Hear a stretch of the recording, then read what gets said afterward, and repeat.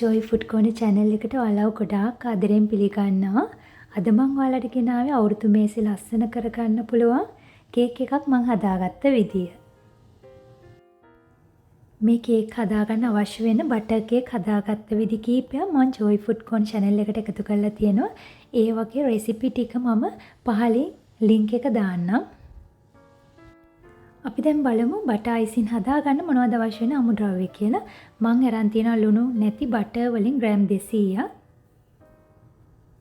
ඒ වගේම වැනිලා වලින් තේ හැඳි එකක්. ඒ වගේම අයිසින් සීනි වලින් ග්‍රෑම් 450ක්.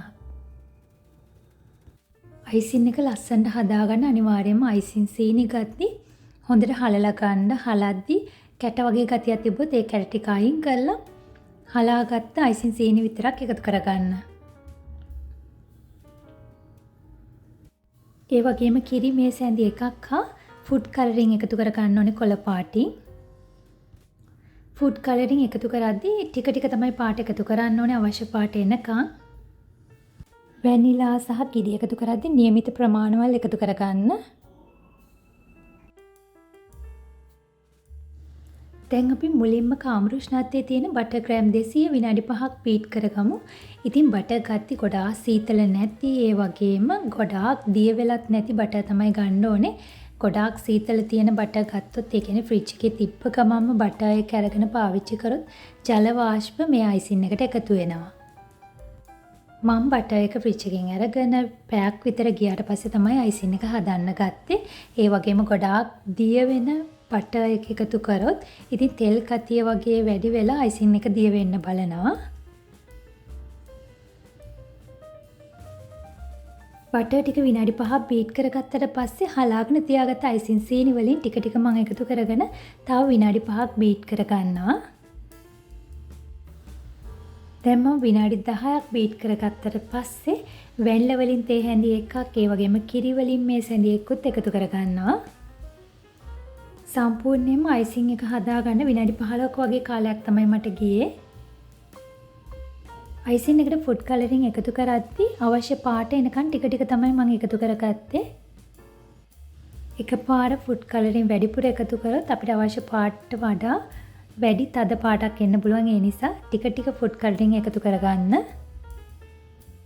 දැන් මම මේ විදිහට විනාඩි 15ක් 16ක් යද්දී අයිසින් එක හදාගෙන ඉවරයි.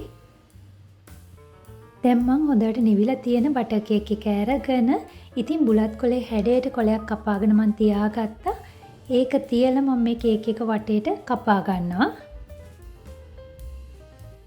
කේක් එක පුළුවන් උඩරිම පාවිච්චි කරලා කපා ගන්න තමයි මම බලන්නේ. බුලත් කොලේ හැඩේ හරියටම එන්න තව යටින් පොඩ්ඩක් ෂේප් කරලා කපා ගන්නත් පුළුවන්. මුලින්ම කේක් එක උඩ කොලයක් තියලා බුලත් කොලේ කපා ගන්න අවශ්‍ය ප්‍රමාණය ගැන අදහසක් ගන්න පුළුවන්.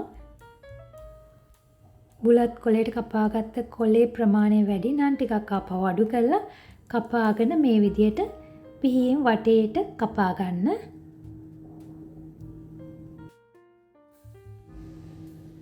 වටේ තියෙන බටර් කේක් කොටස් ටික මේ විදියට මම අයින් කර ගන්නවා. දැන් අපි මේ කේක් එක අයිසින් කරගමු.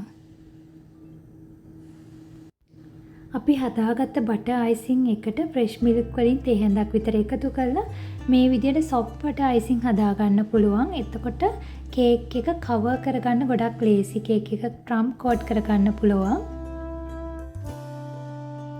මම පයිපින් බෑග් එක මේ විදිහට කපලා ප්ලාස්ටික් එකට දාලා මේ විදිහට අයිසින් එක එකතු කරගන්නවා.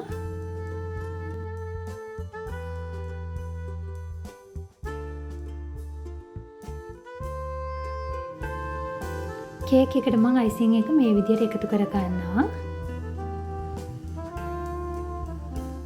කේක් එක උඩට මම මුලින්ම හදාගත්ත අයිසින් එක තමයි එකතු කරේ. ඉතින් සොෆ්ට් බටර් අයිසින් එක ෆ්‍රෙෂ් මිල්ක් ටිකක් ආපහු එකතු කරපු එක මම වටේට එකතු කරගන්නවා. සාමාන්‍ය කේක් ෆ්‍රිජ් එකේ තියලා අරගෙන අයිසින් කරන්න ගන්නවා. ඒත් අයිසින් එක හොඳට කේක් එකට ස්ටික් වෙලා හිටිනවා. මම මේ විදිහට හදාගත්ත සොෆ්ට් බටර් අයිසින් වලින් කේක් එක ටික ටික කවර් කරගන්නවා මේ විදිහට. මේ විදිහට කවර් කරගත්ත කේක් එක ෆ්‍රිජ් එකේ පැය භාගයක් තියලා මම අරගෙන ආපහු මම අයිසින් එක එකතු කර ගන්නවා. දැන් මම උණු වතුර කෝප් එකට මේ විදිහට ස්පැචුලා එක දාලා ස්පැචුලා එක හොඳට පිහදාලා කේක් එක මේ විදිහට නීට් කර ගන්නවා වටේ. ස්පැචුලා එකේ තියෙන රස්නෙත් එක්ක මේ විදිහට ලස්සනට අපිට හිමින් සැරේ කේක් එක නීට් කර ගන්න පුළුවන්. මුලින් කේක් එකක් අයිසින් කරද්දී අමාරුයි වගේ හිතුණාට ඉතින් මේක ඉවසීමෙන් හිමින් සැරේ නීට් එකට හදා ගන්න පුළුවන්. මුළු කේක් එකම මේ විදිහට ස්පැචුලා එක උණු වතුරෙන් පොඟවලා පිහදාලා තමයි මේ විදිහට ටික ටික අයිසින් ටික නීට් කරගත්තේ. ඔයාලා මේ වගේ කේක් හදද්දී කේක් එක දෙකට කපලා මැදිනුත් අයිසින් ලේයර් එකක් දානවනම් ඔයාලට පුළුවන් බටර් ග්‍රෑම් 250ට අයිසින් සීනි ග්‍රෑම් 550ක් දාලා සම්පූර්ණ අයිසින් එක හදාගන්න. මේ විදිහට ස්පැචුලා එකකින් වටේ ටිකක් නීට් කරගත්තා. දැන් මම මේ කේක් එක පැය කිහිපයක් ෆ්‍රිජ් එකේ තියලා ගත්තා. ඉතින් පැයක් වුණත් ෆ්‍රිජ් එකේ තියලා අරගෙන මේ විදිහට මම බුලත් කොලේ විදිහට ඉරි ටික ඇඳ ගන්නවා.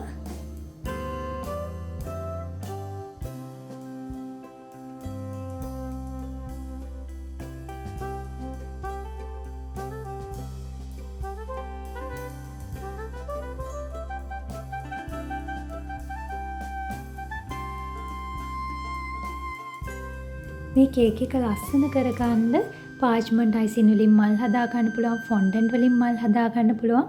මම මේ පාච්මන්ට් අයිසින් හදන විදියත් කලින් YouTube එකට වීඩියෝස් එකතු කරලා තියෙනවා. ඒකේ link එකත් මම පහලින් දාන්නම්. ඉතින් හරිම ලේසි පාච්මන්ට් අයිසින් හදා ගන්නත්. ජෙලටින් සහ අයිසින් සීනි විතරයි අවශ්‍ය වෙන්නේ. අද මම ලේසි විදියට මල් ටික හදා ගන්න යන්නේ. මගේ ළඟ තියෙනවා කේක් ෂොප් වල තියෙන ෆොන්ඩන්ට් අයිසින් එක. ඉතින් මේ ෆොන්ඩන්ට් අයිසින් එක තුනී කරලා මල් කපා ගන්න යන්නේ මම.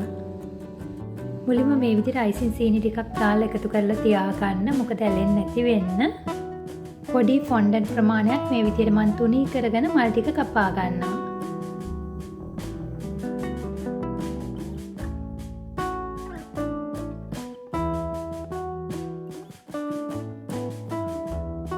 මම දැන් ෆොන්ඩන්ට් වලින් කපාගත්ත මල් ටික මේ විදිහට එකතු කර ගන්නවා.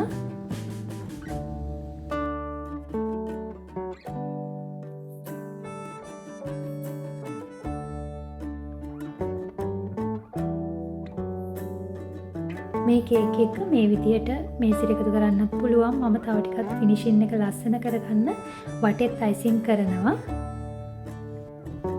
මම පයිපින් බෑග් එකට 1M නොසල් එක එකතු කරලා මේ විදිහට පයිපින් බෑග් එක කපලා නොසල් එක එකතු කරලා අයිසින් කරගන්න හදන්නේ. පයිපින් බෑග් එක මේ විදිහට කප් එක තියාගත්තාම අයිසින් එක එකතු කරගන්න පහසුයි. ඔයාලට පුළුවන් Joy Food Corner Facebook page එකටත් like කරලා එකතු වෙන්න. ඒ වගේම Joy Food Corner channel එකේ ඉස්සරහට වීඩියෝ බලන්න පුළුවන් Joy Food Corner channel එක subscribe කරලා තිබුණා. දැන් මම කේක් එක වටේට මේ විදිහට අයිසින් කර ගන්නවා. ඔයාලට පුළුවන් ෆොන්ඩන්ට් එකක් තුනී කරලා සුදු පාට ෆොන්ඩන්ට් එකක් තුනී කරලා සුබ අලුත් අවුරුද්දක් වේවා කියලා ෆොන්ඩන්ට් එකේ ලියන්න. ඉතින් ඒ වගේම ඔයගලන්ට ආදරෙන් මතක් කරනවා මේ වීඩියෝ එකටත් ඔයගොල්ලෝ කැමති නම් like එකක් දෙන්න, comment එකක් දෙන්න. දැන් මම පොඩි ටූත්පික් එකක් තියලා print කරගත්ත සුබ අලුත් අවුරුද්දක් වේවා කියලා පොඩි කාඩ් එකක් තමයි මෙතනින් තිබ්බේ. මේ කේක් එක කපලා රස බලන්න දුන්නේ දහම් පාසලට එන පොඩි බබාලට. ඉතින් විනාඩි 5ක් 10ක් ඇතුළත මේ කේක් එක ඉවර වුණා.